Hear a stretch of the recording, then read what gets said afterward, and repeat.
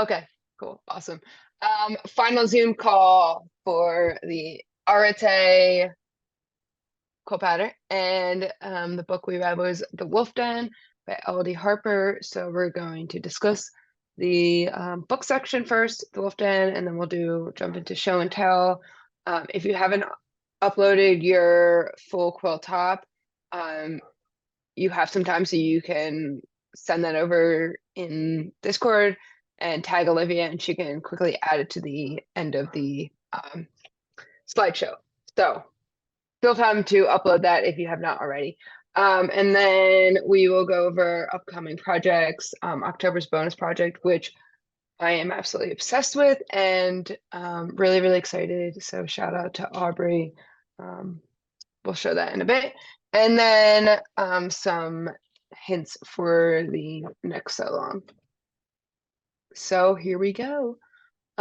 First, I want to jump in and raise your hand, or I guess jump in like, what did you think about it?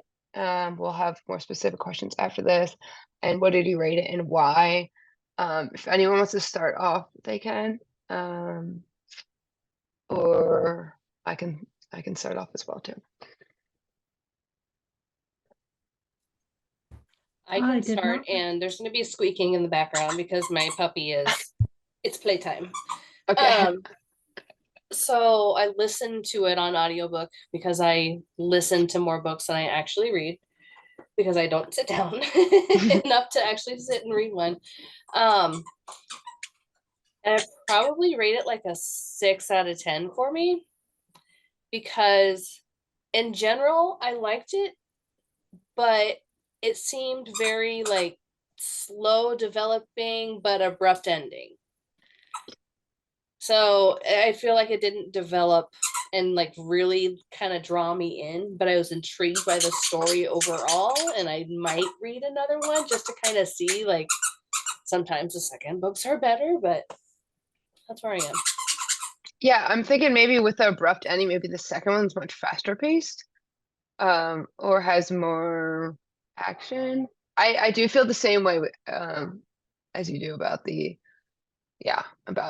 pace of it, and then it was very abrupt. Anyone else want to share? Yeah, I felt pretty much the same way on that too. It seemed like she had like a great concept of the book, but like the actual execution of it did like really like make me kind of snooze in the middle, where I was like, I don't know if I'm gonna finish it. But then at like the last quarter, I was like, oh wait, this is interesting. Where is this going? Yeah, the idea, I really, really like the idea and the concept of this book. I think that was my favorite part of it. The actual, I don't know, the actual writing of it was interesting and not what I expected.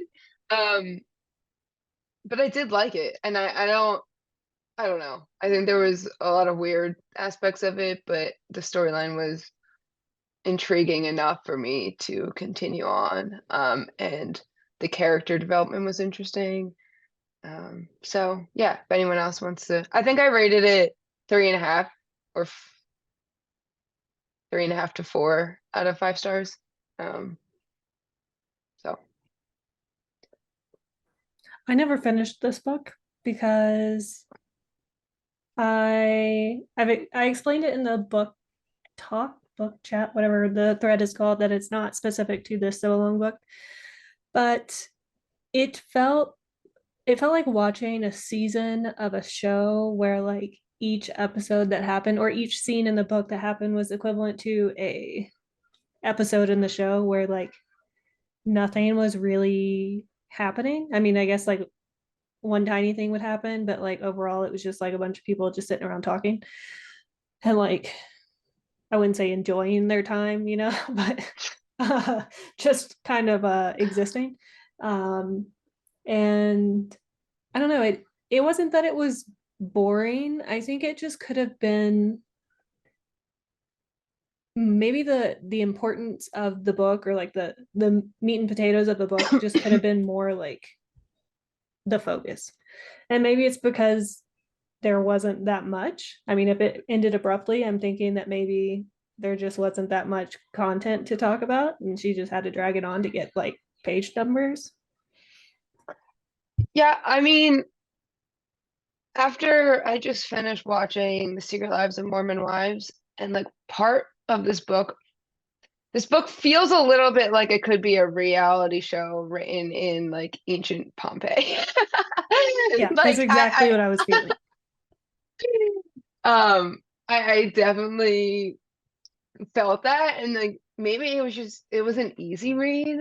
Um, like even though there was heavy concepts going on, it didn't feel heavy in my opinion. Like they're living this like really messed up enslaved life, but it didn't felt like they were just like hanging out, and you didn't feel like their hardship personally. Like it was hard to, I don't know how to explain that. So I agree. I was surprised. I got the book on Tuesday and I was done last night. And it was like it was I read and I mean like I'm not a slow reader, but at the same time I was like, "Oh my gosh, it's like 400 and something pages," and it just kind of flew by. It was like yeah, an easy read in some ways. Like it was, I think, and I have to give her credit like as a writer, like to be able to read that fast, but maybe it's because not much was going on, but was she also trying to reflect the doldrum of their life? Like, yeah, here comes another customer, and here, I don't know if she was trying to show that way, or if it was like, I need this many pages and I'm trying to build character, and then all of a sudden it's like, oh, but I need this to happen because I actually got, you know, signed on for another book. Like, did she wrap it up? Because she's like, oh, this is like my editor really likes this, and I've got to wrap it up so I can start on my next book. I don't know. yeah. Okay, so someone said it was hard to sympathize with the characters. Yeah. I mean, I do agree with that. But it was interesting, like in the beginning of the book. Well, I guess we'll get more into the deeper questions. All right, let's go move on to some of the questions I have. I'm not gonna read out loud because I'm not trying to embarrass myself, so I'll give you guys a minute to read it. Just make sure your head's not blocking anything. Okay, I don't know where my head is. I actually can't see. You're in the bottom left corner, so if Okay. you like get even further into the bottom left corner, I feel like you'll be fine. Is this good? Like bad? Am I Yeah, that's better? good. Yeah, that's good. Okay. Okay. Okay. Yeah, so this is actually what I was just going to talk about, is that in the beginning, or throughout the book, you can tell she's gotten like way more hardened and kind of just like, I don't give a crap about anything type of perspective. Like, I don't know. That's how yeah. So if you're in this call, we're going under the impression that you're okay with spoilers. So feel free to share spoilers. Um, anyone else have any thoughts about Amara's journey? I'll go. So I actually really liked the book because I liked learning about the historical stuff. I like learning through that perspective. I told Olivia this on a call a while ago, but like I didn't realize women even 2000 years ago had to shave their legs, but they were using the pumice stones in the books to do it, or like thinking about them wearing perfume and things like that, even though it's so long ago, a lot of it Yeah, we even curling their appreciate. hair Yeah. and yeah. But for Amara's journey, the ending really upset me when she threw Menander's gift on the ground. I was so sad. And then it kind of felt like she did all of this for her freedom, but at the expense of like losing herself. Yeah. And it was upsetting. It was an Yeah. upsetting ending to a book. I did read the other two. And I think they were a lot better. But Okay. like in terms of being maybe less upsetting. But yeah, the ending of the first book was, it was hard to read. I felt like. Yeah. I felt like she totally lost herself, and at the end she was like no better than what's her master's name? What am I totally blanking? Felix. Felix. Yeah. Yeah, I felt like at the end he was like no better than she was no better than Felix. Like just her emotions were just like I feel like she was just numb and lacked empathy. And I don't know, I guess it does kind of show you that I feel like you can only take so much and remain yourself before it actually starts to affect you. But yeah, I almost cried at the end too. I was like, what? It's so bad. Yeah. Well, in a way, when her friend gets stabbed, it's like that's her happiness, and she's traded her freedom for her happiness, and it died with her friend. That's kind of Yeah. how I saw it. Maybe that's too symbolic, but No, I agree. Yeah. So I'm curious how, if she comes back around and kind of finds herself in the second and third book, or if she kind of just remains this cold, um, like loss of happiness in herself throughout the next two books.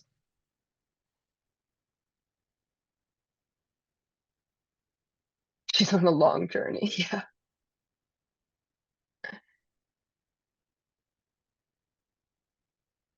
well, I think the books must, because they had at the very beginning, it starts at like, I don't know, 70 CE or whatever, and they're in Pompeii. So it's gotta end with Vesuvius blowing up, right? I mean, that's Yeah. kind of where we're What year headed. did Vesuvius blow up? I think 79 Okay, so they're like or 72 something. right now. I think Yeah, there's something like 72. yeah. Was the first book. Interesting. Yeah. So I wonder if it just ends on it blowing up and everyone dying. I don't know. I'm curious about that. I put like, yeah, I don't know. That actually makes me want to read it more though, kind of knowing that that is like looming and happening soon. And Um, I'm a recovering English teacher, so maybe this is a symptom of that. But I researched a lot of the setting and the situations and the people, and like some of the characters are actual people. And the guy, I can't think of his name, the old guy that she Pliny? yeah, like he was Pliny a the real Elder. guy, and he dies in Vesuvius. So um I don't know. Yeah, Pliny was interesting. He was I find that so interesting that like that aspect of the book was super, super fascinating to me. right. And I think I mean, she is a journalist by profession. Um so it kind of felt a little journalism-y to me sometimes. But I did appreciate, the research and the details of the historical aspect and component of it. I learned far more about ancient Rome than I ever did in school. So Yeah. I'll take Yeah. that as a win. No, I definitely agree. I can see the journalism aspect in the way it's written a Yeah, lot. like kind Yeah. of, and That going makes back to what sense. Olivia said too, it is episodic. Um, and then sometimes it would switch like into more of a traditional like narrative form where action is happening and it's flowing from one chapter to another, and then there would just be like a random chapter in there, and that got on my nerves. But otherwise I really liked it. See what's next.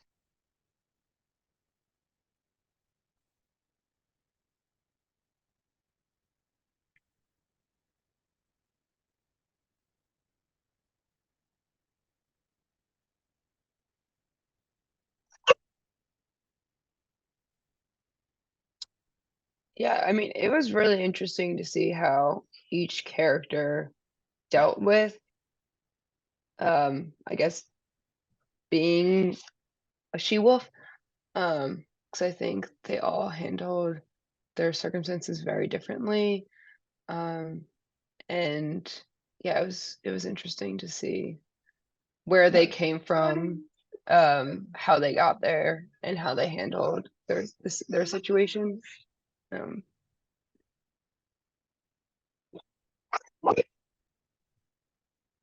sorry, my dog's. Was it much like the Secret Wives of Mormon Lives, where each person there had like a different way of coping, a different outlook on life, like all of that, and like together they kind of balanced each other out?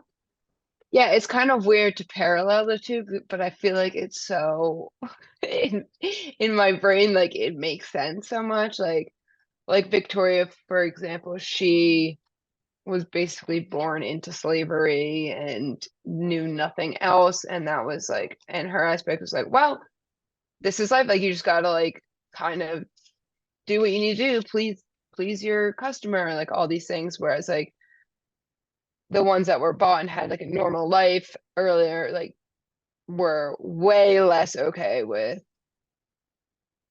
you know, bad customer. Like they didn't know how to deal with uh different customer situations. But yeah, I think they all needed each other for sure. And I think the friendship aspect and how they, you know, bonded together, that's one of my favorite parts of it. Oh yeah, Britannica was a boss. Yeah, you didn't meet her, Olivia, because you finished early or you DNF'd it, but yeah, she wanted none of it. She fought every single customer she had, beat them up. She beat them up. She screamed bloody murder. Like she made their lives miserable. So Oh, yeah, I she love was that for awesome. her. Yeah, she was And then pissed. Felix was like, she was a terrible investment. Yeah. Yeah, Like, Felix yes, bitch. Felix couldn't do anything about it, and that really says something.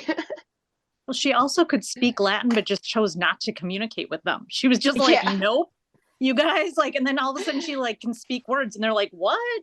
That was fun. Yeah, she pretended like she like did not know what was happening. She didn't speak any, I mean, Latin. Um, yeah, it's funny when they're like, she speaks Latin, but like the whole book's in English, and like you're pretending like you're reading it in Latin. But I didn't realize that it was supposed to be implied that the book was, or the people are speaking Latin, but it's being translated for us in the book. yes, yeah, Realize that's that. how. Yeah, I Interesting. think I really realized that when Britannica came into the picture. Oh, all right. Oh, it's kind of like the same-ish question. So yeah, I think the dynamics definitely changed when Amara and Dido, I don't know if it's Dido or Dido, started getting, you know, higher paying customers, and they were able to go off and attend parties and whatnot. I think the relationship is definitely strained with the other girls, which I feel like is understandable. So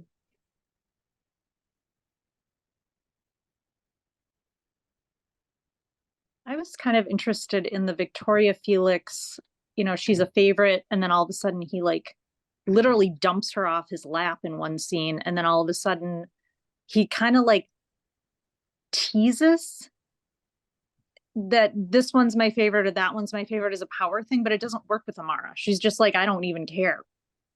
And I thought that was kind of interesting, or it seemed that way anyway. yeah, and I wonder if it's because Victoria has never known love at all. Like she was born into slavery, had never had like a family or someone to love. So like anything, any type of affection towards Victoria, it confused her. Like it was, you know, she craved that so much, and I think Felix knew that, and that's how he could control Victoria, and he knew how to control each person very specifically. So, yeah, I felt bad for Victoria.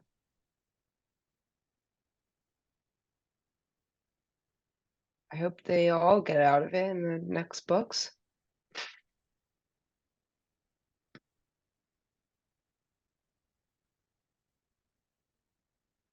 I mean, I don't know if this is just the book in general or women in ancient Pompeii, but I guess I am curious about, like, the book was very much written in like a kind of a crass language or very casual language. And I'm curious if that's accurate towards how they spoke in ancient Pompeii. I don't know if anyone did research on this. I would imagine the author made it as accurate as possible, but I was shocked by some of the language, like the way they spoke to each other, I guess. I didn't do research on this, but my husband is obsessed with swords and sandals movies. And I feel like all of the Roman swords and sandals movies have that element there. So I feel like maybe that's the way it was. Yeah, and I guess I can tell through like ancient graffiti and stuff, like what was written on the walls and how it was written. And they were definitely obsessed with sex and Totally want to go to Pompeii. We should take a field trip. Yeah, I've actually been to Pompeii, and I really wish I read this book before, Oh my gosh. because I feel like I would have a totally different perspective Did of you see this stuff there? Like, did you I tour? I want to like revisit my pictures. Yeah, I did a bunch of touring things, walked around, but I feel like I didn't look at it from the lens that I would now. Um, so definitely would like to go back, especially after reading this. I haven't been to Pompeii, but I've been to Rome, and I remember seeing like bits of graffiti like in the Colosseum and some of the ancient structures that was kind of similar. Um, and in high school, I was that nerd that took Latin as my foreign language. And I remember talking about some of this stuff too, there. But yeah, I was very intrigued by the like everyday life aspect of the novel, and that's honestly why I kept reading more than the storyline, because a lot of that was really interesting, and some of it matched up with what I'd learned before, but there's obviously a lot I don't know. So interesting stuff. Yeah, and I feel like that's the part a lot of you didn't necessarily like. They like them just doing their daily life. But for me, I'm like, whoa, this is cool that like hearing about their different types of drapes and clothing that they wore and fabric and like how they could tell, wealth and if someone was a she wolf and stuff just based on the color of their wardrobe. I don't know. That stuff's fascinating. And a lot of times, like, yeah, it was fun just hearing that they like went to like a fast food restaurant. And so like like small stuff like that, that's like so much like current life that I don't know, it's just interesting that that was like thousands of years ago. A couple thousand years ago. And the depiction of women, I feel like it's not changed that much. So Well, this was like they put a low class women as the center. yeah. And I don't think like historically men were writing and it was about men. So, Mhm. that would change that. And then also I thought it was interesting, like Paris, even though he is the kind of the lowest of the low, he's like, I'm still above you. You're still a woman. Mhm. And that's got to have some sort of historical background. Again, I have no scholarly thing on it, but Yeah, his character was interesting and kind of confusing. I thought he would have some type of character arc. yeah, And he I like hope maybe didn't in the next really. book he does. I feel so bad for him. Like, help this kid. Yeah. Yeah, I don't know. I thought he would kind of come around and have a happier ending or be like, I don't know. I think his character arc was the fact that he was like an accessory at every single given time that he was in like the plot line. Like that he Yeah. had no power no matter kind of what aspect of the story that he was like helping on. Yeah. I kind of feel like he was added to the book after the first draft. Like, editor came back and said, hey, you need somebody to do this XYZ thing in this storyline. And I kind of feel like he was Interesting. that plot device. I actually felt, I felt really bad for him. Because I agree. I think he was kind of serving the purpose of a different way to view how women were being treated. Like he's so I don't know. Like it's so insulting that he is also a prostitute but for men, and Yeah. it's like nothing could be worse than being a prostitute for men as a man. Yeah, it's like it's the lowest of the, I don't know, in that. Yeah.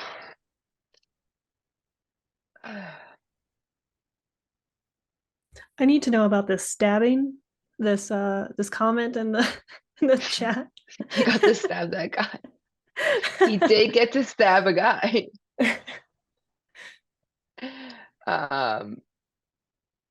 Yeah, well, who was the guy? It was like that other like Simo? pimp that he was Simo? beefing with. Yeah, Simo. They were There's beefing a with another rival pimp. pimp that they have to Yeah. take out at the end. Yeah. And he And gets that's to like do it. his big break is like, oh, he gets to go do the action instead of like stay at the brothel and be a little bitch. Yeah. But Because then he it just sucks like because he had to kill a desperately, guy. yeah, he like just desperately wants to be like, I guess, Gallus, or like do the same things Gallus and Theos. I don't know. I'm kind of forgetting the names, but okay, how did her intelligence and resourcefulness play a significant role in her survival?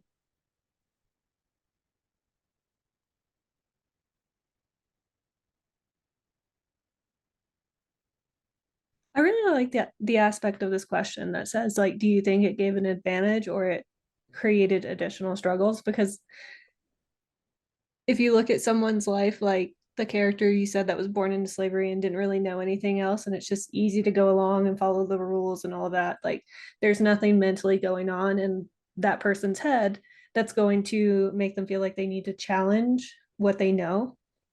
Whereas someone with education that, or someone that was not born into slavery that has experience outside of Yeah. it, that comes in, they now have that internal struggle of like, this is what's going on in my life, but I know that it could be different. And like, you Yeah, it's always kind of have like that worry.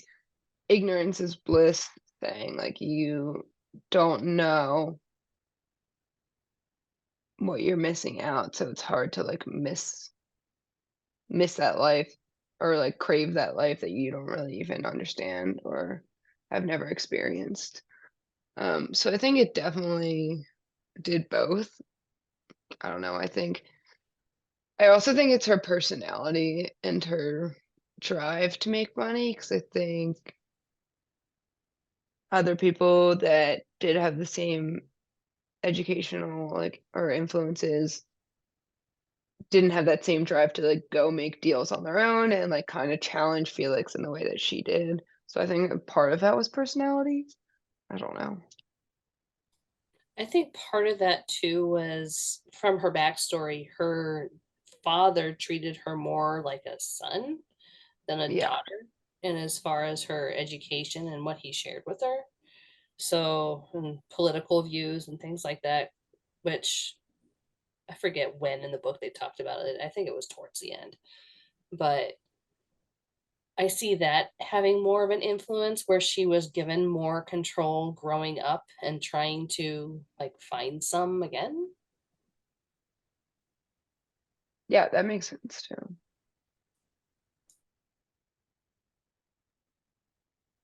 I feel like, was it Dido that I kind of forget Dido's story. She was not a slave. She had like a previous life. Was she She was kidnapped? I think she kidnapped was by kidnapped. pirates.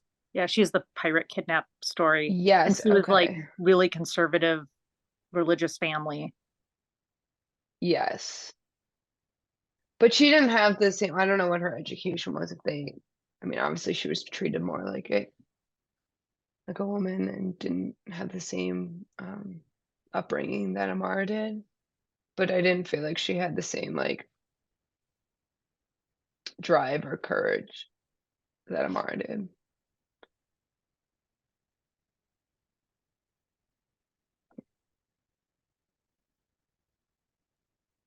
Dido also was going to get, she was like going to be married off. And I remember in one of the scenes, she said, and he was like a cheesemaker. And she was upset about that. But it's Yeah. still like, she didn't seem like she was going to say no or say whatever. Where Amara, when Pliny asked her, what did you want to do? And she's like, well, I would want to be a doctor. Like she did from like a personality standpoint. I agree with you. She was already striving Hmm. bigger than, just you're going to get married and have kids and, keep a house at that time in society. She was her desire was to be something different. Yeah. Yeah, and I mean, I don't know. That's definitely stemmed from her upbringing, but I don't know, definitely personality plays a role too. Yeah, and then Victoria, I don't know, she didn't really seem to talk about anything, but I feel like you didn't get too much of Victoria's story because she was kind of more of like she wasn't as close with Amara as Dido was. So it's hard to know what her ambitions were. Um, but yeah.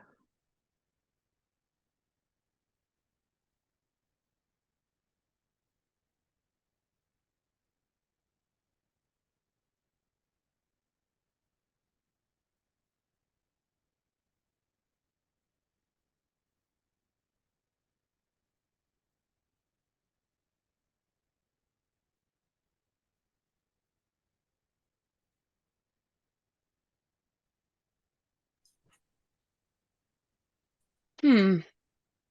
I mean, I think the whole book was kind of a power dynamic and about control. That's kind of a huge aspect of sex work. And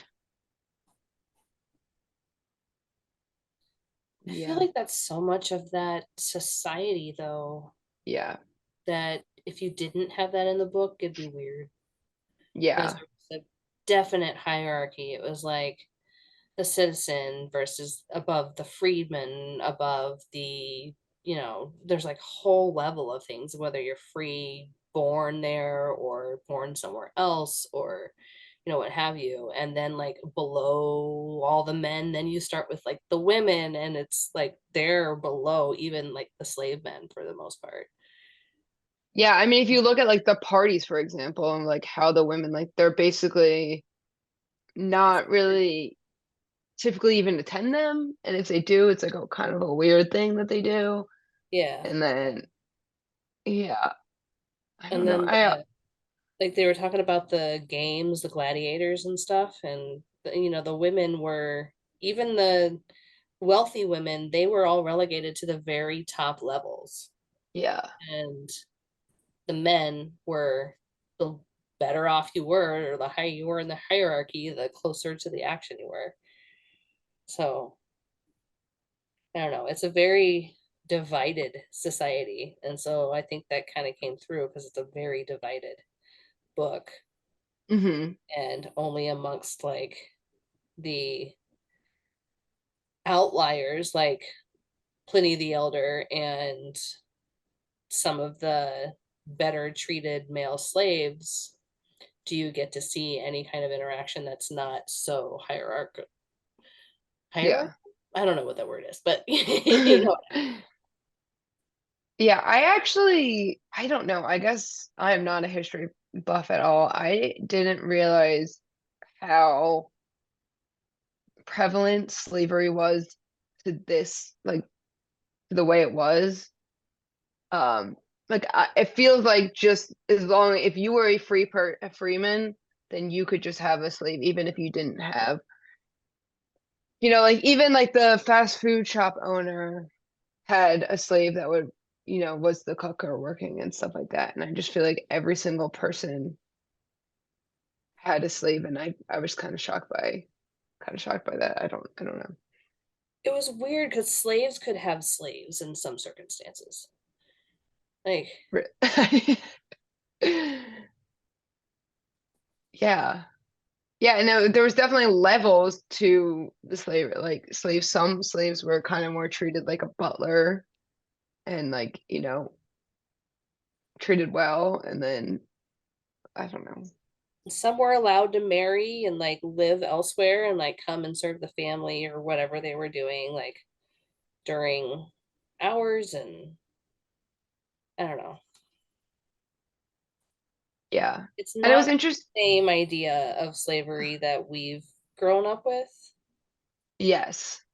Yes. I think that was the big take for me. Like it was such a different perspective of slavery than, what we know of it as. So Well, didn't the Romans just bring back people as slave? If they conquered somebody, they'd just round the people up and then they'd be slaves and they'd just bring them back and sell them as a yeah, commodity. that's what it seemed like So was. if there's, and the Romans were taking over everywhere at this Yeah. time. So you kind of, I mean, there must have just been like a surplus of people. Yeah. It's just interesting that they like sold all the people instead of just been like, you're now a Roman, come live here. And yeah. And it was They interesting seeing where people were from, like originally.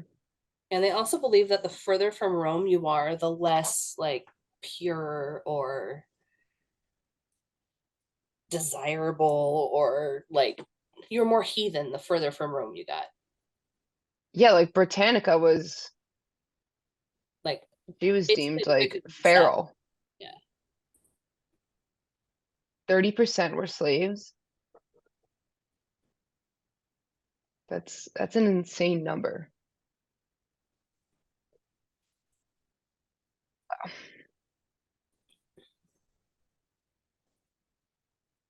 How we doing on time? Okay.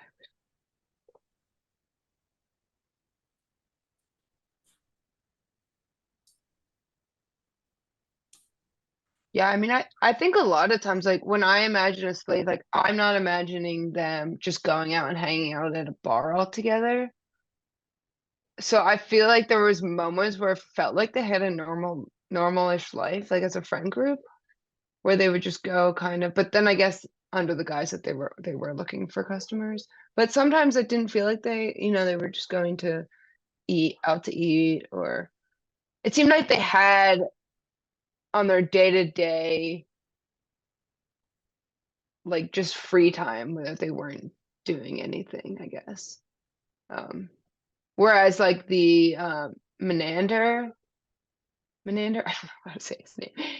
I felt like he couldn't like leave. Like he was like, I only have a half hour to like see you. I only have like, I can only go to like the well.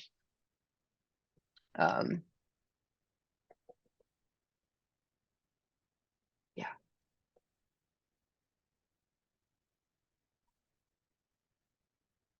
Yeah, I think the comment earlier where it was said that it was hard to relate to these people, or it's hard to sympathize, hard to understand these people, because I feel like the author did, the author went above and beyond to make you think, from what I can tell and from what I read, make you think that everything is just normal.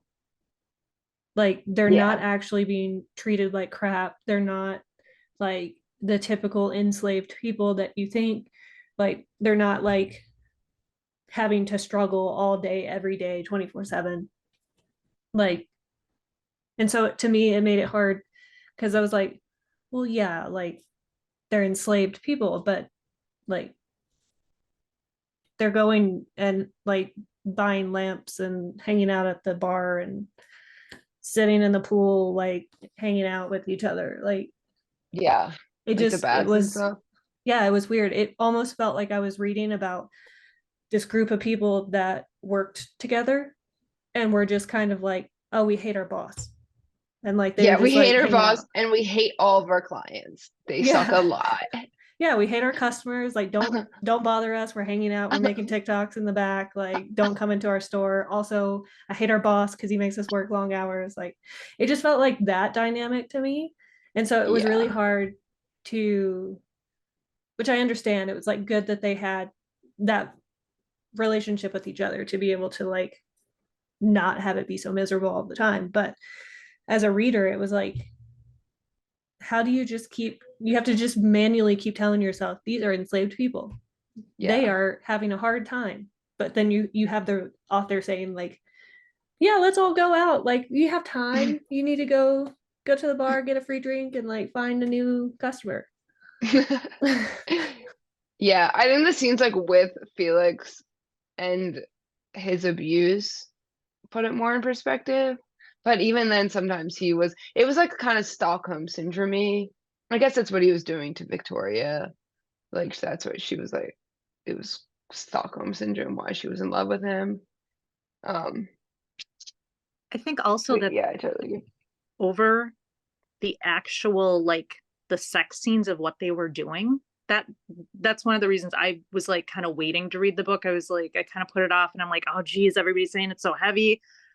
Not that it wasn't, but they skipped over like anything really graphic. So for me Yes. reading it, it's almost like it didn't happen because it was like, oh, and the next, it's not like one of those movies from the 80s where they just fade out and like they're kissing and they fade Yeah. out. The next morning, everybody's, hair is ruffled up.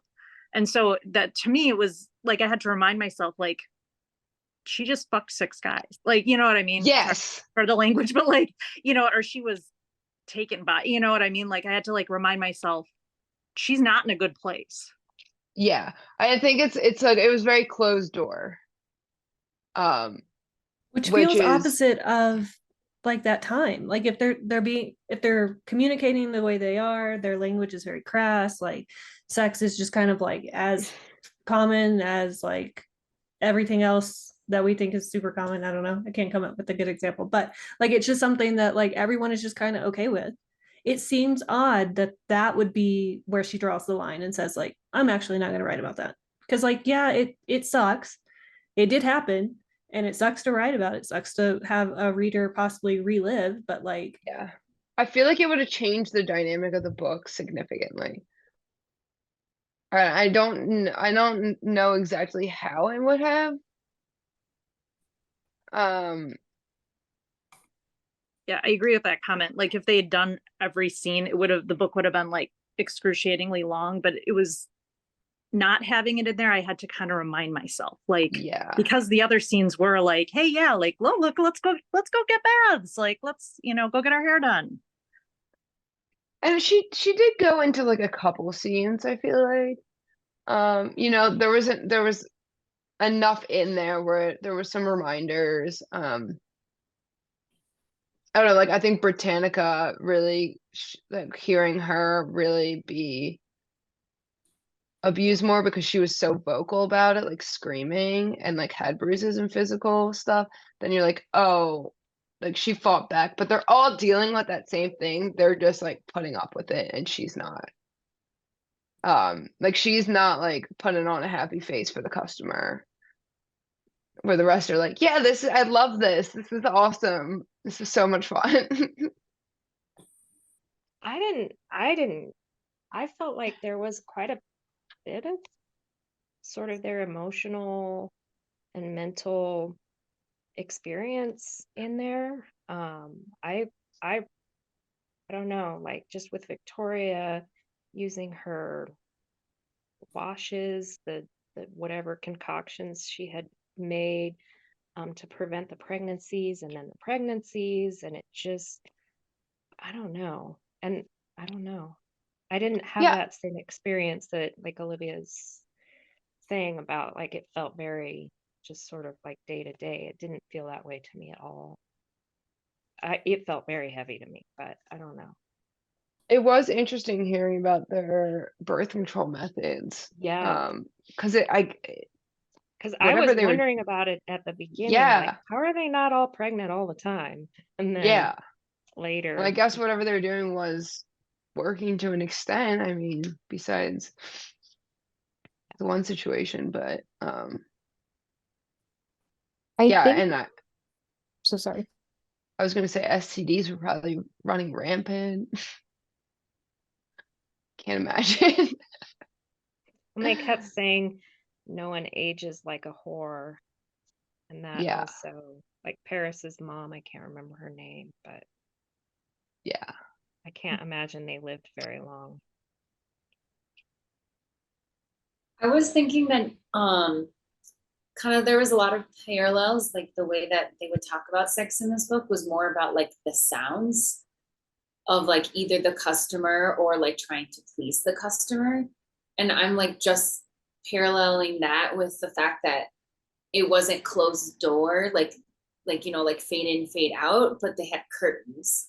So maybe like that might be a little bit of it where she just didn't want to describe everything because it wasn't that you knew exactly what was going on. And they But were in like cattle cells. Like, yeah, Yeah. so you would be look able at to the hear photos. everything, but you Yeah. couldn't like see everything. Right. That's a good point. Yeah. I Yeah. think the one scene that bothered me that there wasn't detail, and please tell me if I'm thinking of the wrong book, was with her and Felix. I think she like describes that she had like a nice night with him, Yeah. Yeah. and then but they never actually say like what happened, or I think it was like almost implied that she said she loved him or like she felt love for him in that moment. And I actually wish that that scene had been explicit or like Yeah. it actually happened, because I kept thinking about it and like she skips over it, and so it was like an unreliable narrator moment, and I actually don't think there were that many in the book, but that was probably one of them. I agree with that. I felt like that was a key scene, and she did not go into details about what happened at all. Okay, see, I thought I just totally missed that whole section because she refers back to it so many times, but I was Yeah, like, to don't constantly remember it at refer all. back to that, I feel like it was such a pivotal scene and like an important scene, and like it was just basically like I felt this tenderness with him that this side I never saw, and then that was like it. I'm guessing he was just like Well- romantic and stuff, but She stayed the whole night. yeah, which she didn't typically do. I'm assuming she saw the side that Victoria typically sees.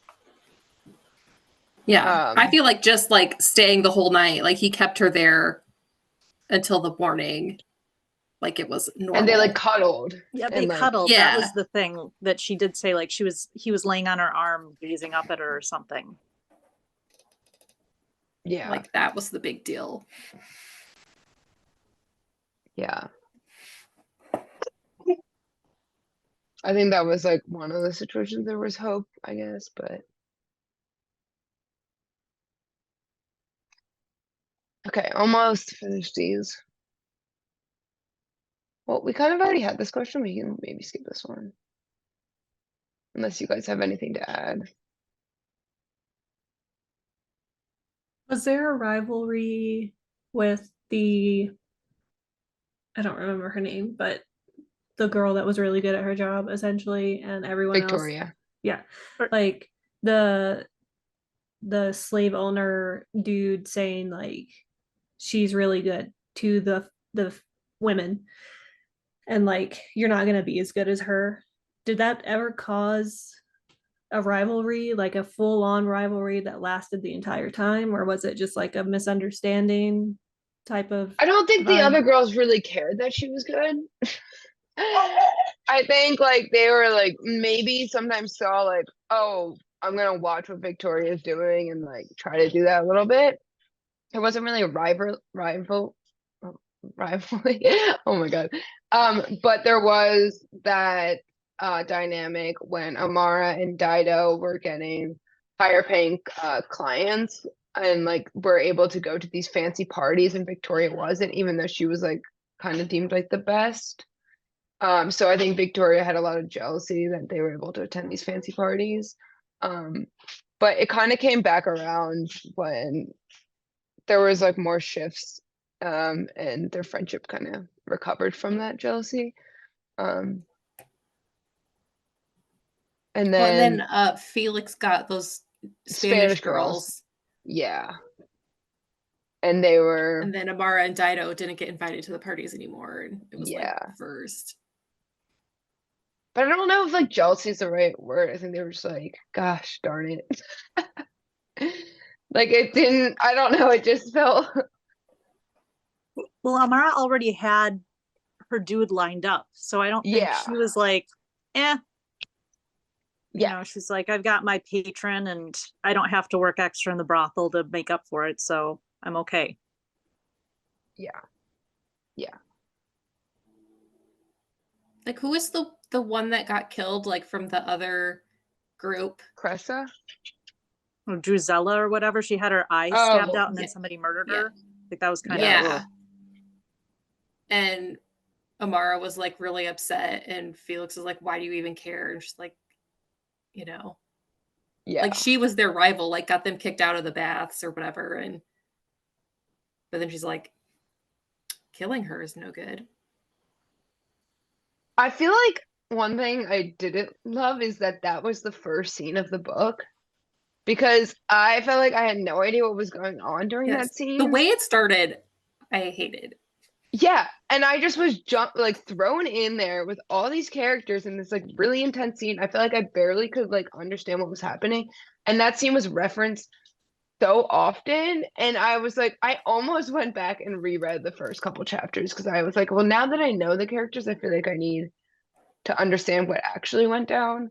But I never did that. But I did not like how it started because it was too much going on too early.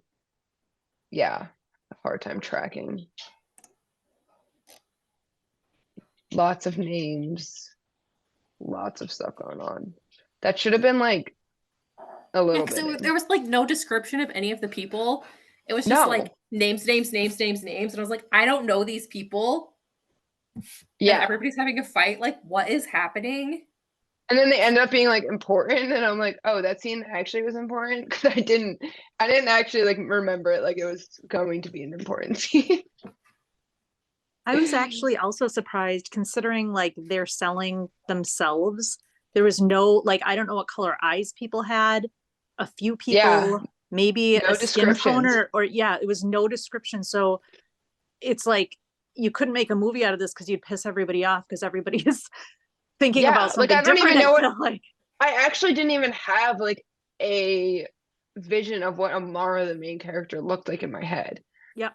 Like I'm I like, think she's Greek, once, so I don't know. yeah, I was expecting like olive skin, dark curly hair, maybe. I don't know, but like that wasn't really ever described. It is really much like The Secret Lives of Mormon. Like episode 1, where Taylor just goes off the rails, was like the first scene of this book. Really thrown in. Yeah.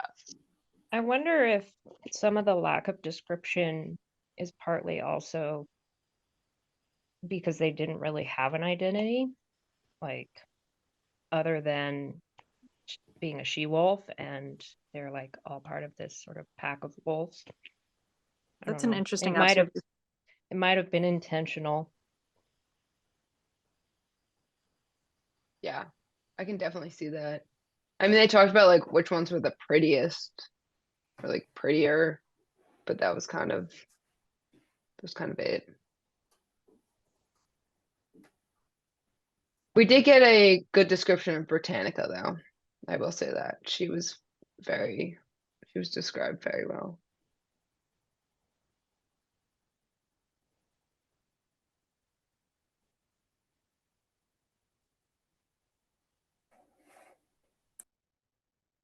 Okay, well, we did also touch on this, so we can skip this question as well. Yeah, y'all flew through like 5 questions right before we even got started. I know. We really talked about that one. Yeah, we also talked about this. That was a very abrupt ending, sad, traumatizing for everyone in the book. Like, I very curious about how the next book is. I'm probably gonna pick up book 2. It's not gonna be good for her. Is that from coming from someone that has read the second book? No, okay. Well, she sends Felix the little statue of Diana, and he said Yes. to her, "You're standing there like Diana, like you would send your you know dogs to attack anyone who's seen you naked." And so that's a threat to him, right? Am I misreading Yes. that? No, Okay. I read it as a threat. Oh, book 3 is when things go really bad? Yikes. Is this just a trilogy? Like, there's only 3 books?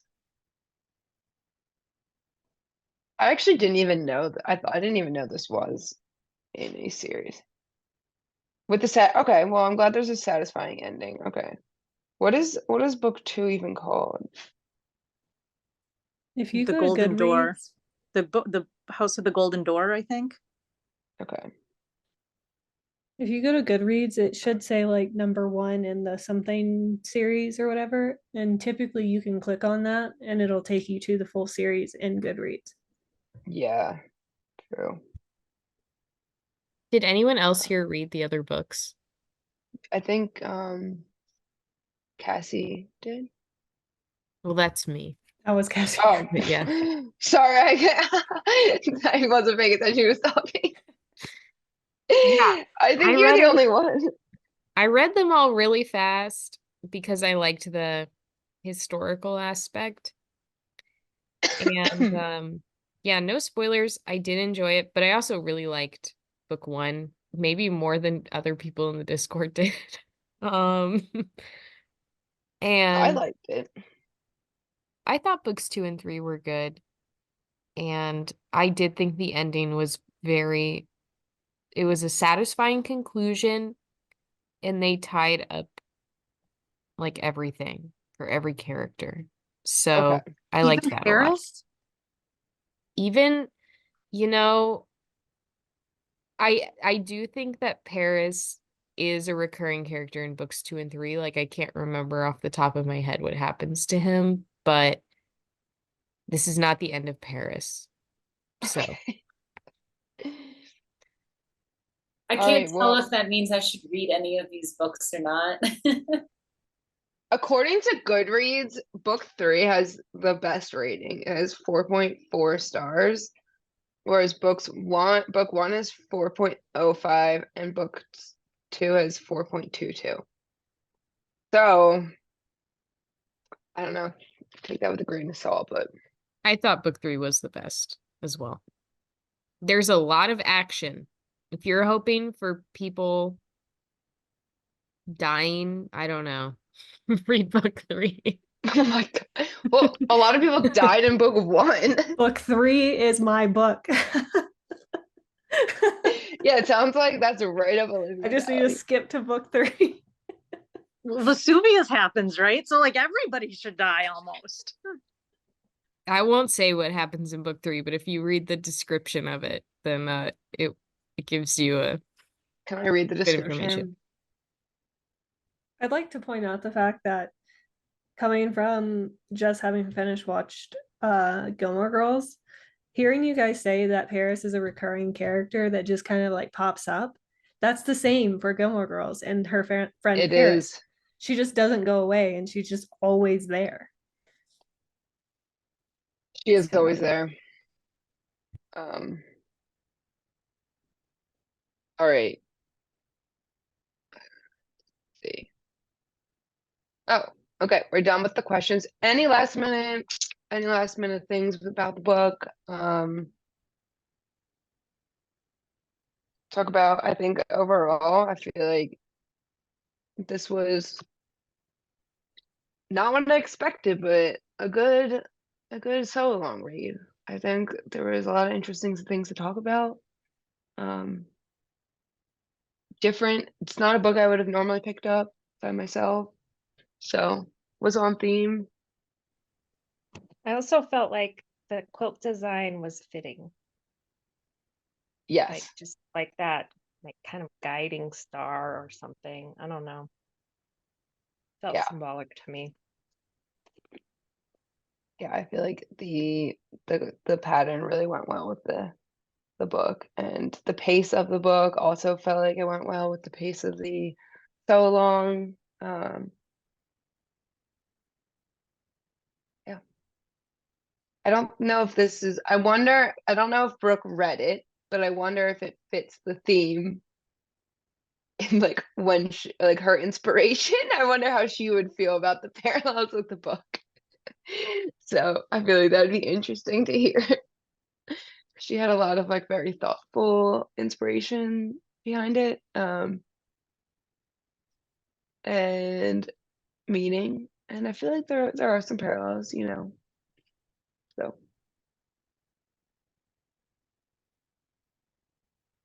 okay, show and tell. If anyone's in the group and wants to talk about your version, your colors, if you liked it, if you aren't happy with it, whatever you want. Shonda, it's Shonda, right? I have to ask you every time. Shanda, Shanda. I was gonna say that and I thought like Shonda. a chandelier. You know what? And I remembered you saying that, and I think in my head I said chandelier. Because I remember you saying like chandelier, and I still messed it up. Like I said it in my head. You're so French. Okay. Shanda. All right, Shanda. Yeah, I really like this pattern. These colors are like kind of like a departure for me because I usually do like bright colors and stuff, and I just wanted something like moody and fallish, and turned out great. Yeah, I love these I could colors. totally like you could just whip up more of these like super fast. Yes. Yeah, for sure. Do Definitely you a know quick what make. colors And these are? They're pure solids. The background is cinnamon, Sedona, blossomed, and candied cherry. I can see that. It looks really good. I yeah. like how the pinks, the background color, and then that really light pink. I feel like I like how like subtle difference they are between each other compared to like Yeah. the other darker tones. Yeah, I think Good this for- pattern looks so good in like a monochrome kind of Yeah. palette. Mm-hmm. Looks good in a lot of different colorways. Pretty. Is Maggie in the chat? I think this is a kit from Full Moon. Actually, it definitely is. Or Maggie. Well, I love these colors. So fun. Yeah, this Tara definitely did a good feels like job. Terra colors. Yeah. It's really, I think, I wonder what the, do you know what the border color is? Forget what this one. Mm, I want to say the purple, but I don't remember. Yeah, it's the purple. Oh, okay. Yeah.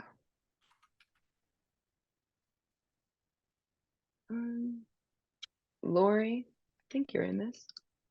Oh, oops. I oops. am. Yes. Hello. I love this one. I thought it was so fun. I thought it was super quick to put together.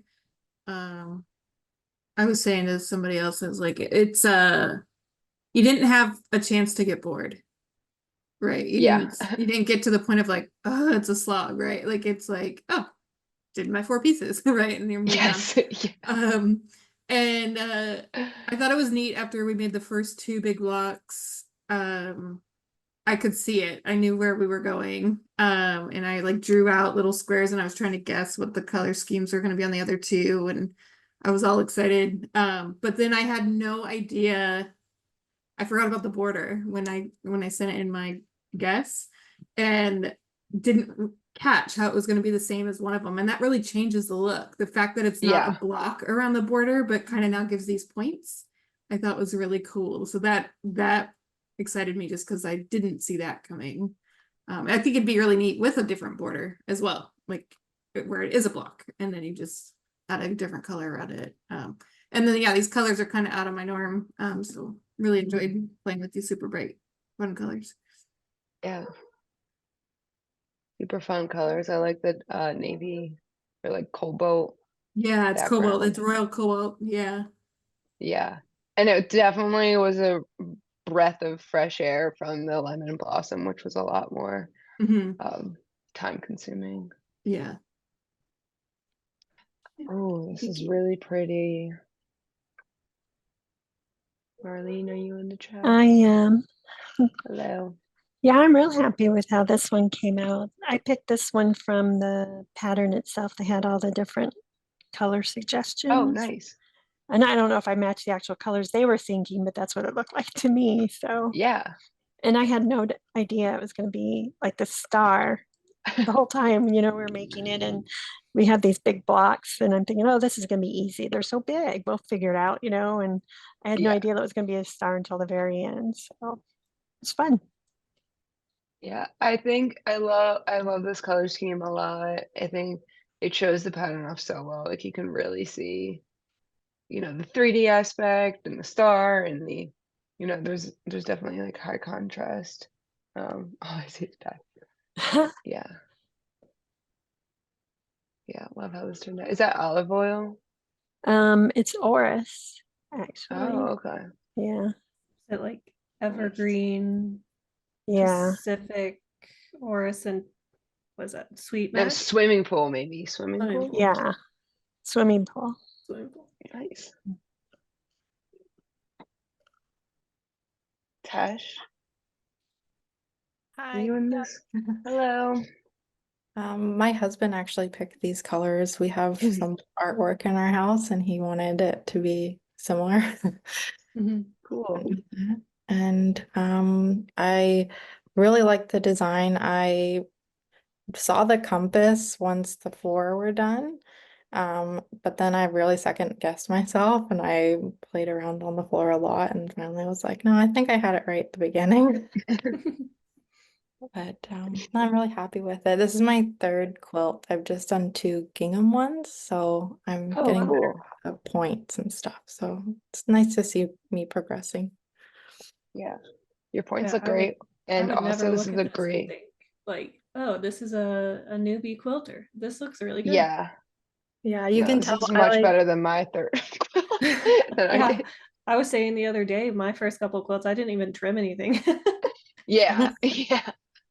I didn't even think about it and I saw after everyone else that I just did the border. I connected them like you would binding, so they're on the 45. Mhm. But and after I cut, I was like, I don't know why I thought this wouldn't be totally wasteful. Just No, it's actually a good practice most of the time to do that. I typically write patterns that way if the border pieces are like under 3 inches. Larger borders, I just sew them square. But you're not totally out of left field doing that. So don't worry. I do the Also, I Think of think it. I usually sew them at the 90-degree Yeah. angle and have them on the bias like that too. So almost every time. And that's how I write my patterns too. yeah. So you're Yeah. totally If you think about it from a long arm point of view, if you are rolling it on the roller, whatever it's called, and the seams are all in line, then you're rolling a really thick spot up. But if you have it on the diagonal, then it's distributing that seam and it's not going to be super bulky right there. okay. So it's not a bad practice. yeah. Also, I think we had an extra strip. I had an extra strip. Did everyone else have an extra border strip? I did too. Okay. It was So we should make probably note of like that. right on the edge of like It wasn't. There was definitely enough. I think I There had was like another one, but then I had already used it on something like another project. So there's one portion where it's not on the ankle. Yeah, this is how much extra we had. Oh, Yeah. wow. So I think we could have eliminated that extra strip, even compensating for AGF being like 45 inches, 44 inches. So we can just keep down when we export the final pattern.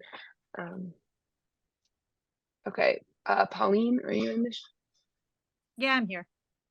Oh, I hello. love this so Sorry, much. I'm not paying. I am not. These colors were originally for the Caria quilt, but then I went in a different direction. And then I changed my purple out because to wisteria I had, what's the other one that's like grayish? I don't have it in front of me, but it was like with the other colors, I kept Grayish? looking at it and I'm like, it's like the purpley gray in pure solids. I don't have it That in makes front me of me think right. of Potter's Clay. It wasn't quite Potter's Clay, it was something else. But anyway, like with the colors, it's a nice color, Marvelous. but with the other ones, it looks sad. So Marvelous. I ended up with wisteria. And oh, it's funny, Laura, I'm from Minnesota, but I'm not a Vikings fan. Because I can't be, because I keep breaking everybody's heart. I do wish that I had maybe been in the Cheaters Club, because I think I would have flipped the orange and purple. I just love those together so much. But now this is going to be my opposite color quilt. That's what I'm going to call it. So I'm really What- happy with it overall. What border are you gonna leave it like this? Or are you Nope, adding a border? I had one uploaded with, I just sent the wrong one. It has the purple as the border. Oh, okay, that's So, what you mean. yeah, I just sent the wrong one, but yeah, it's on there, and I threw it in Discord if anybody wants to look at it. And I did wash these because I bought this when I pre-washed everything. Now I know you don't have to pre-wash pure solids ever. And that's why it looks like this, because I'm a little bit of a lazy quilter, so I just have to give it a good press. So Yeah. I think I pre-washed like one quilt I did, and then I was like, yeah, I'm never doing that again. That was too much. yeah, if I buy something at like a store, I always wash it because I have like with shout color things, but pure solids, I've experimented. And Yeah. they're always Yeah, if fine. it's anything vintage fabric, I will Yeah. pre-wash, because you never know with that, but most modern fabric is fine. Well, I like the pastels and the low volumes. It's nice. And the extreme contrast between low volume here and then high contrast here. These are like the 3D color. You know. Right, are you in the chat? Yeah, hi. Hello. So yeah, this was a fun pattern. I liked it. I liked the manageable weeks. I never finished Lemon Blossom, so I'm feeling good again, because I felt kind of like failure. I'll get it out someday. But yeah, it was fun, and I thought I could use it as kind of a Christmas quilt type of situation. I love the red. I love that red color. Also, the blacks look so high contrast. I love that. Thanks. Super cool. Okay, Heather.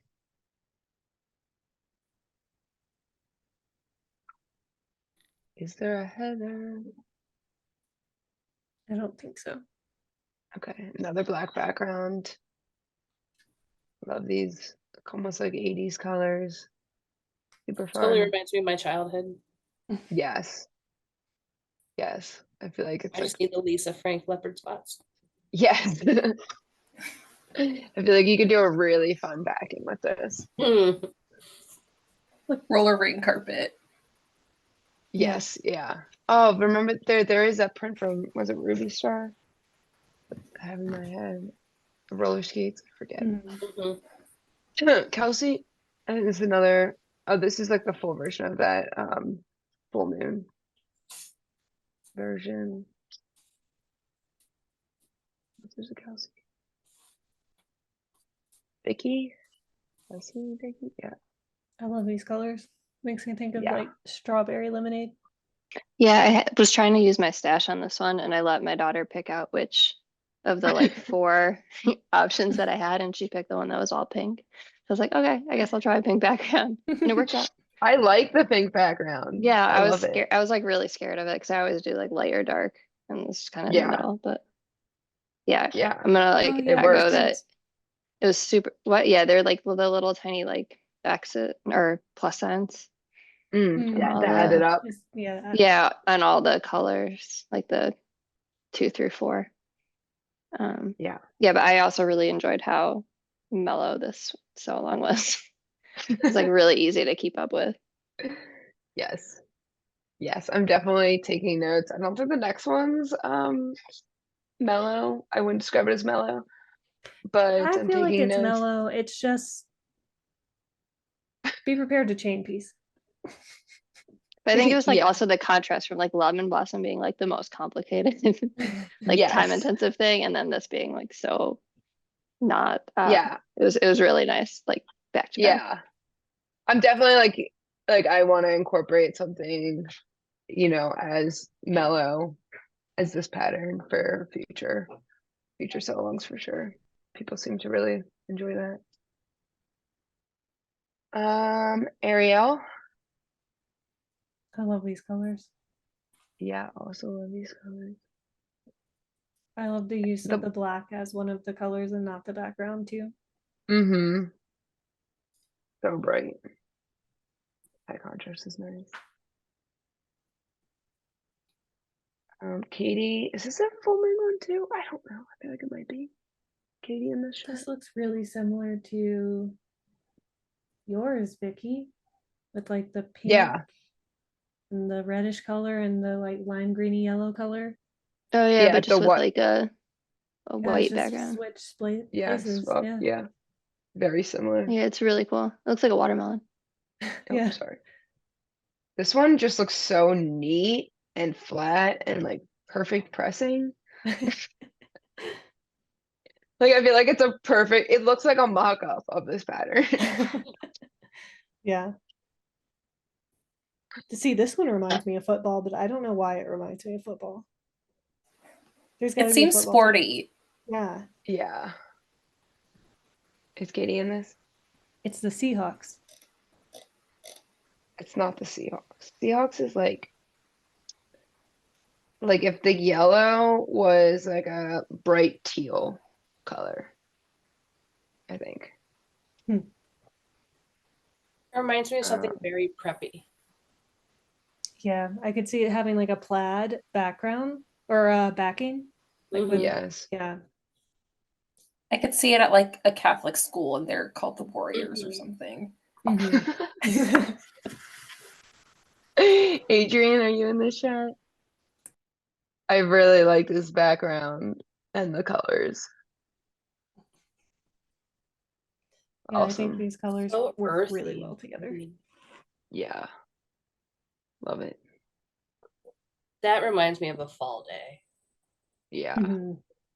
for sure. Starry background. Love it. Steph, are you here? Your stuff. This makes me think of Legos. This is so playful.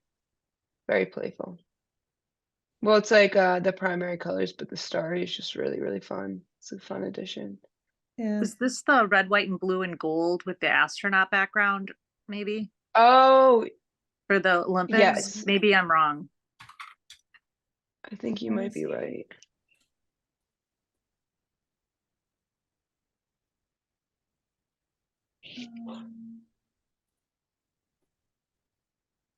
I think this is a different one. I think it's a different one. I do remember that one.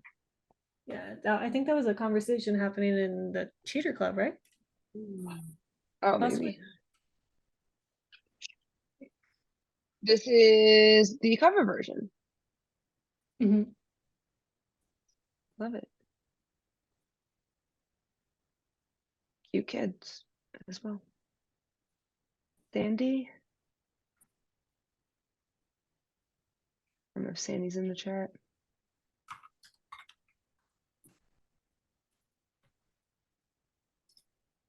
Love Oh wait, the no, color. Oh, that one's a different one that's in this. The astronaut one. wow, this one is so fun. Anita, are you here? This is so fun. That pink is like, love it, the pink and the orange. Cute. Another green and pink. Can't go wrong. See, this makes me think of my childhood, Mm. being a kid in junior high, being obsessed with lime green and pink. Oh yeah, mine was lime green and purple, but you know, It was pink and purple. Very specific shades, like the last two boxes on paint, if you remember those two. Yeah. yeah, Molly, if you grab some pictures after you're done hand binding. Wow, Megan's got this. She's got hers already quilted up. By the way, Megan, at the end, I think she has a discount code. She's a long arm quilter. Yeah, I think there are a couple of people that are sending her quilts this round. Okay. Yeah. I love these colors. I love that dark green against the light green. Yeah. This just is so successful with this pattern. It looks so good. Amazing. Nice. This one makes me think of the compass. These colors. Yes, just this really does feel give very compass. compassy. Yeah, I agree. Very kind of historic feeling. Dee Dee, if you're in the chat, speak up. Love me some monochromatic blue. Reminds me of a quilt I made for my mom a long time ago who lives in Florida. Pink and orange. One of my favorite combinations. Christine. In This the feels chat. inspired by Lemon Blossom and Christina almost. Like this feels like Yes, colors I she see would that. pick. Yeah, I agree. She loves pink, purple, orange, yellow. Ooh. I like the neutrals. Dark neutrals. I guess it's not really dark. Just light. All the neutrals, I mean. That's super fun. Love this too. A lot of blue and orange combinations this Yeah. round. It's a navy background. Mhm. Oh, was this This the is- one? Yeah, this is the one. Okay. Similar. Same blue, white, blue, yellow, and red with starry, but Mhm. dark The darker black version. starry instead. Yeah. It's fun to Yeah. see both of them. Should have put them The next to each other. backing fabric is going to be a bunch of little astronauts. For the Yes. quilt. Yeah. Another, this is kind of like a lower volume version of the pink and green, more muted tones. Mhm. Fun. And then there's mine. I took this picture right before the chat, the call, so it's not the best, but How proud are you of yourself for finishing? I'm pretty proud that I finished it. I need to send it off to the long arm. What's your orange fabric? Not really orange, this color's kind of giving it an The darker, orangey look. darker one. It's a Is it starry? No, it's not starry. It's Ruby Star, I think. Oh my gosh. The darker orange, yeah, it's the starry, and I'm trying then to find it. It's not starry. the dark, the red. Are we Okay, talking about the red? The red? Yeah, the red. The other one is like the other one's like an apricot color. I think it's Ruby Star, but it's like dotted. I'll see if I can find some Is salvage. it sugar? Maybe, yeah. Maybe so. I like it. I think I sent my picture in too late. It was like maybe an hour before the call started before I sent my picture in. Oh well, Olivia was supposed to be on that. Just kidding. I pulled everything from the form and then went to Discord and then ate a bunch of grilled cheeses. So my bad.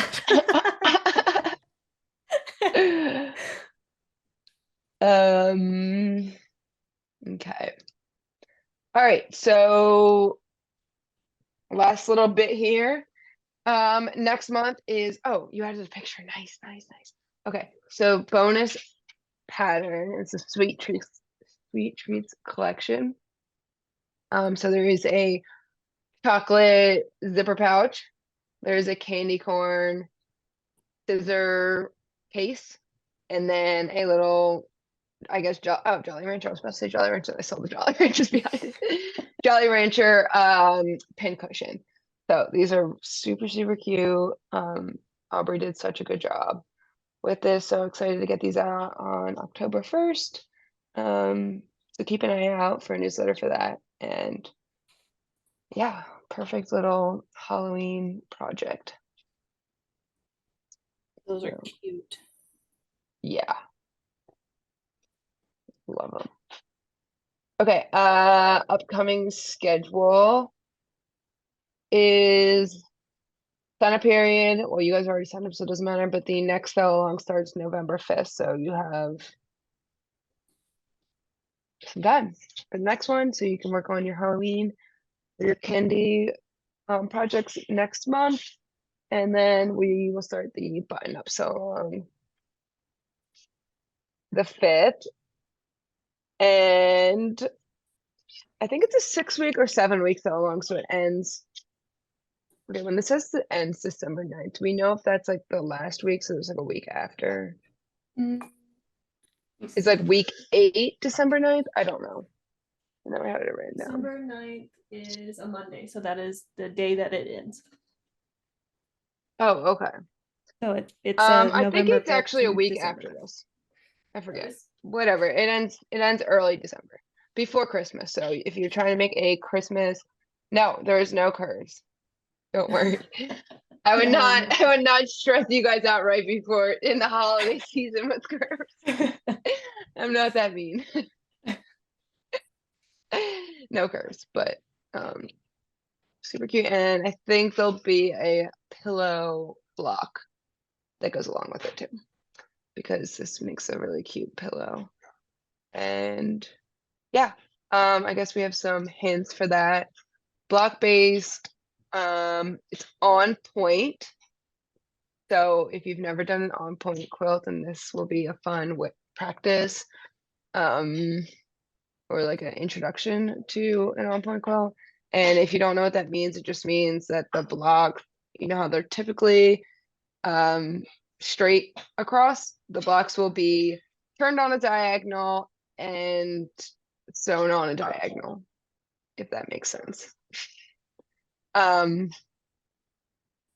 I don't really know how to explain better than that, but Yeah, all the blocks are rotated 45 degrees. So when you look at Yeah. it, the blocks, you're looking at like the points of them. yeah, Like I never top and really bottom understood and what side they to were side. called on point. Yeah. And I designed it, so it won't be a guest designer. Q1 of next year will be our next guest designer. So We it's have been a bit. all of next year lined out. And I'm so Yes. excited. I'm so excited Yes, for next year. we have some awesome guest designers. Really excited about them. So don't forget about the partners page on my website. So if you want long arm quilting, there's a bunch of long arm quilters that offer a tote circle discount. They should explain how to get that discount, and most of them kind of know when the so long's ending, and you just mention that this is from this so long. Some have a code. You just have to click on or go through the partners page and see what each one is. And then there's also other random discounts as well, so don't forget about that. And then yes, if you only signed up for no, if you signed up for the 3-month pay, then it'll automatically renew. So keep that in mind. If you don't want to participate in the next one, cancel before the next signups. But if you want to participate in the next one, then you don't have to do anything. If you signed up for the so long only, which none of you did because you wouldn't be in this call, but if you do that in the future, then you have to sign up every single time and you don't get the perks of the Zoom calls and the Discord community to its full capacity. So grand prize, we're doing a full free year membership with Toad Circle. So the details of that are, is it Instagram, Olivia? Instagram post by next Yeah. Tuesday? Yeah, Okay. you need to share a picture of your Arete quilt. It doesn't have to be quilted, so quilt top is fine on Instagram, and make sure to tag Toad Circle Toad in the Circle. photo, not just like in the caption, so that way it shows up on the tagged photos section of the Toad Circle profile. And then we'll go through and pick a random winner and announce it next week. Yeah. And yeah, make sure you definitely tag, and you can use the hashtags too, but hashtags are all weird now, so it's harder to track. So definitely tag the photo. Cool. And yeah, there's still some kits available with full moon. So now I'm seeing that there were some of those were kits, and I didn't know they were kits, and now I'm seeing that they were. Yeah, I really like that lakeside one. That one I really liked. Yeah, that one. Yeah. She does such a good job picking out kits. So still some of those left. If you want to make another one, since this is a quick make, if you need a gift for someone, I feel like this is a perfect like wedding present, birthday, whatever, quick project. It's just a really awesome pattern for that. So Yep. Tara's also very good that's about helping you put together a kit if she doesn't have Mhm. something listed that you like. She's super down for like helping you, like taking pictures of her fabrics and showing you what they look like together. So if you want to make this or any other quilt and don't really like what she has to offer, then no hard feelings. You can just reach out to her and she'll make something custom. Yeah.